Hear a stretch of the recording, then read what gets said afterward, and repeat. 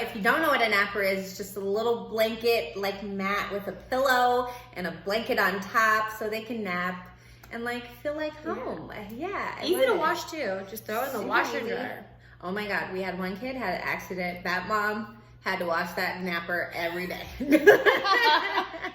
He literally had accidents every day. Hey guys, welcome back to Just Being a Mom podcast. And today I have a very special guest. This is actually my old boss.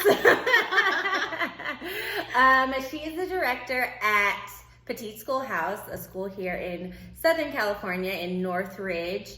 So she is here to talk about today. Say hi, Salmeena. Hi! So today she's here to talk about how to get moms ready for sending their kids to preschool, because it can actually be a lot harder for moms to go, like send their kids, than for the kid themselves to go.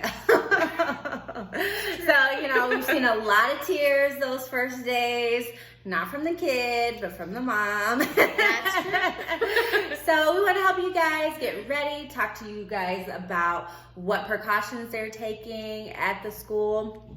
I will definitely place a link below to their website so you can check the school out. I used to work there. It's really great. If you live in Northridge, I would recommend it. But yeah, Salmeena, should they definitely, before we get started, should they like, subscribe, and hit the bell for notifications? Yeah. Say yeah. Okay. I was like, wait, don't hesitate. Oh my God. They definitely, that's something they definitely should do, because that would be really helpful. Have you subscribed? Yes. You're lying. Subscribe. I have an unsubscribed guest on my podcast. Is it on YouTube? Subscribe me. Oh my God. She doesn't even know this is going to be on YouTube. No, I'm on your Facebook and Instagram. Okay, thanks. Yeah. Okay, yes, it's definitely on YouTube. This is where you can watch the podcast on YouTube. No, I get it. I do post my videos on Instagram too, so yeah, maybe that's why. And on Facebook, don't you? And I do, yes, I do on Facebook, yes. Okay, let's get started before it gets embarrassing. Okay, so let's start with what do you think moms should do to prepare their kids for school? So I really do recommend them talk about it. It's hard when you're two to talk to your kids, but it's just show them, take them with you to the school so they can see the school. The children usually get the vibe of like what they like. They'll walk in and be happy, or they'll walk in and act. You can see the happiness in them when they walk into a school. So I would definitely say take your child to the school. Ask for a play date. So if you can leave your deposit and before they start, have them come and visit. For like an hour if they're able to do that, because we do that at the school. Is they get to visit for an hour. The parent, the first one, they get to stay in the classroom, and then let's say the second or third play date, then they get to be in the office and watch on the camera and see how they're doing. And that usually is it's an easier transition for the child. And when you drop them off, it's good to be, the quicker you are, the better it is. The longer you stay in the classroom, the harder it is for the child to say goodbye and want you to leave. It's kind of a difficult moment. Elijah, please be quiet. No, I totally understand. Yeah, we would have parents just want to hang out in the room, and we're like, no, your kid needs to be independent. You kind of have to go. But me being a parent, I've been, he just started like one day school for like 3 hours. So we like stand outside the window like, oh, what's he doing? Like, oh, is he playing? Is he crying? You want to know. So yeah, as a parent, you want to know, but you're sending them to school for that independence. You have to realize, like, when they go off to college, you can't just sit in their window. Are they making friends? What are they doing now? I hope they're doing their schoolwork. Oh my gosh. So it's kind of that mindset you have to be in. Like, this is like the letting go process. Yes, exactly. What do they need for school? So the most important things I usually think is obviously extra clothes is always needed, because accidents are going to happen. Extra pair of shoes, because people forget that you tend to have an accident. Sometimes it goes to your shoes and then you're barefoot and you can't be barefoot. A water cup as always. Even if the school offers water, just have like a water bottle for them. And then a napper if they're having their nap time. And I always say, napper. Yeah, I always say also a special stuffed animal or a blanket that they like as a comfort, and as well as a picture sometimes of the family. That's usually nice to have. Oh, that's always nice. And they sell nappers too. Yes, they do. If you don't know what a napper is, it's just a little blanket like mat with a pillow and a blanket on top so they can nap and like feel like home. Yeah. Easy to wash too. Just throw it in the washer and dryer. Oh my God, we had one kid had an accident. That mom had to wash that napper every day. He literally had accidents every day. And you know who I'm talking about. But what, especially in this crazy COVID time, what precautions are you guys taking? Oh, it's a lot now than before. Now the ratio has dropped to 10 per class. Okay. So before it's 24 with 2 teachers or 20 depending on the classroom size. Now it's only 10 with 1. Wow. Every time a child uses the restroom, you have to wipe it down and clean it for the next child to use it. Wow. So they have to wait their turn. That's great. I'm saying wow for Yeah. that. Every time they're playing, so when they're playing with centers, you have to cut them down to like 2. You can't have more than you can't have 4 or 5 of them. It has to be 2, the most 3, but you have to spread them around. Everything has to be labeled from chairs to napper, where they're going to be sitting at all times. And then whatever they're playing with, you have to take that set of toys and put it to the side and then make sure that gets cleaned, and then they play with a new set of toys. Yes, and constantly washing hands and making sure they cough in their arm. And so the kids don't have to wear masks. no, it's just only the staff. Just only the staff. So what are we doing to make sure like staff and parents are safe? Are we doing temperatures? So parents are not able to come inside the school. Wow. It's temp checks outside Wow. in the morning. So I will be checking temps in the morning, and then the afternoon Myra will be picking up the kids. But parents are not able to come inside the school. The teachers come in for temp checks, and then they go in. They can't go into the break room or anything without getting their temp checks first. And then they get to go in.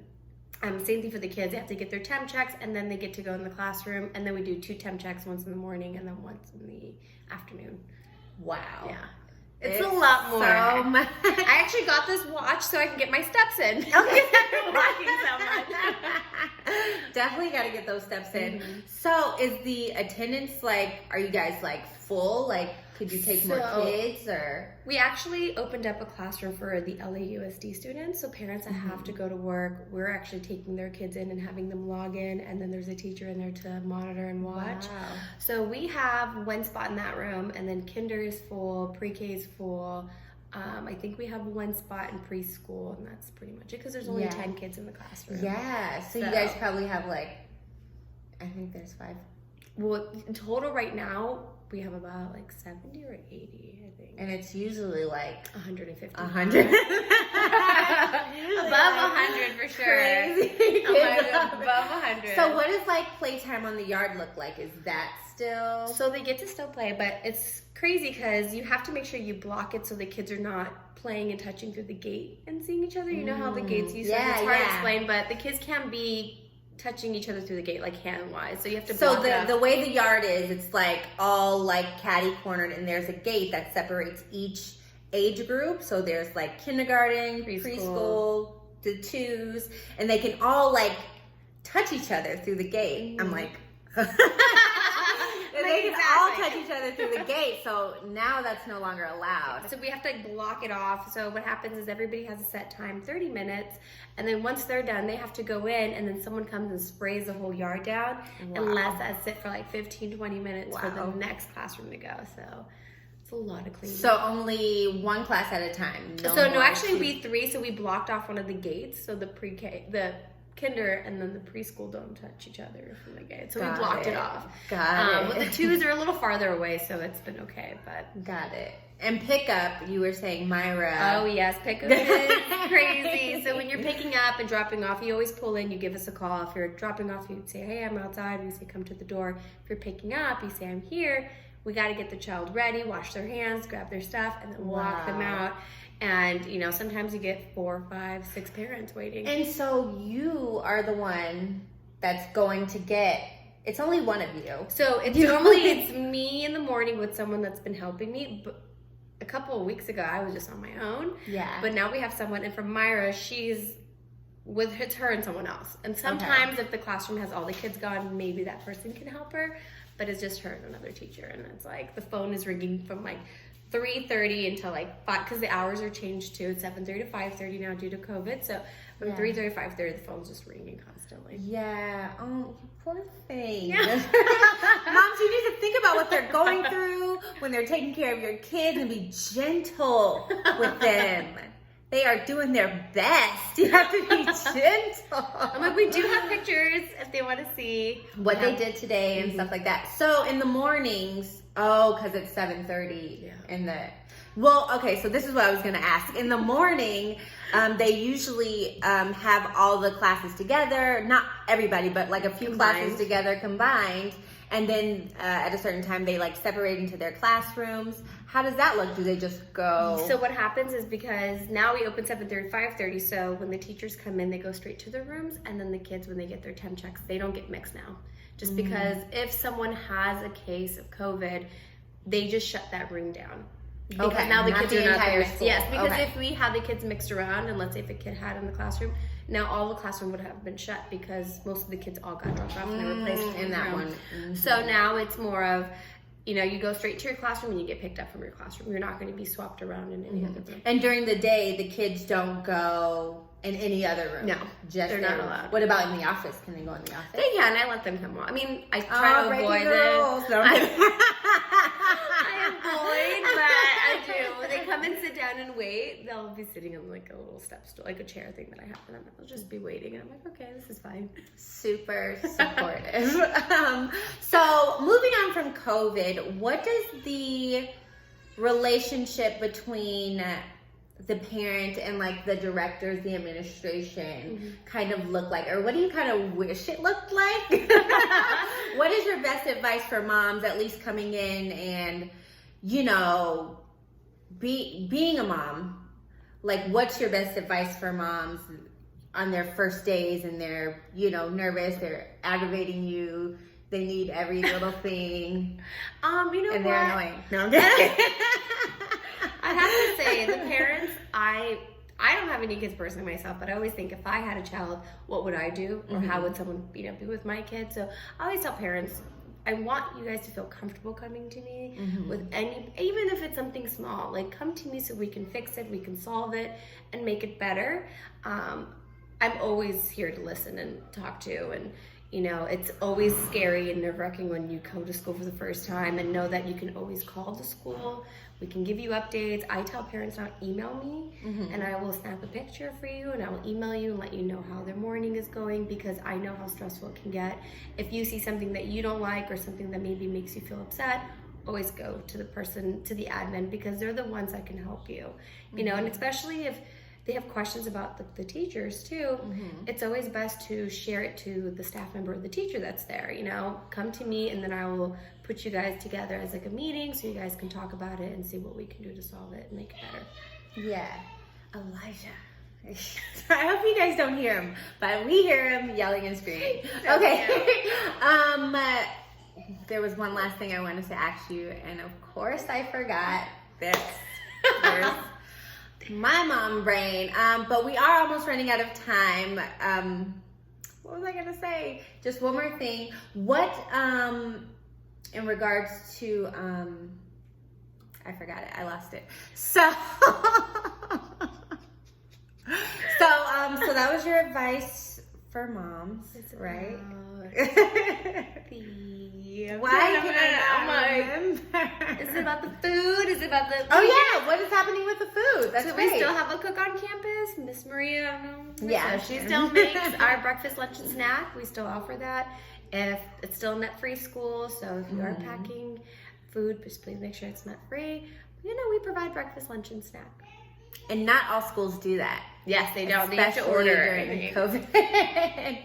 But thanks so much for coming. Thank you. I hate that I forgot my question. If I remember my question, I will definitely put it below and let you guys know what her answer was. But write any questions, comment below. Let us know if you have any questions about Petit School House specifically, anything you want to know about. Thank you. There's Elijah. Anything you want to know. This is what we were trying to avoid, and so cute. I'm just being a mom. And If you have any questions in regards to like what's going on, anything going on with your school, and you just want to ask a second opinion, definitely let us know. But that is our time. We want to thank you, Salmeena, for coming. She drove so far to come to my house. But I love you guys. See you next time. Bye. Thanks for watching. Don't forget to like, subscribe, and hit the bell for notifications. See you next time.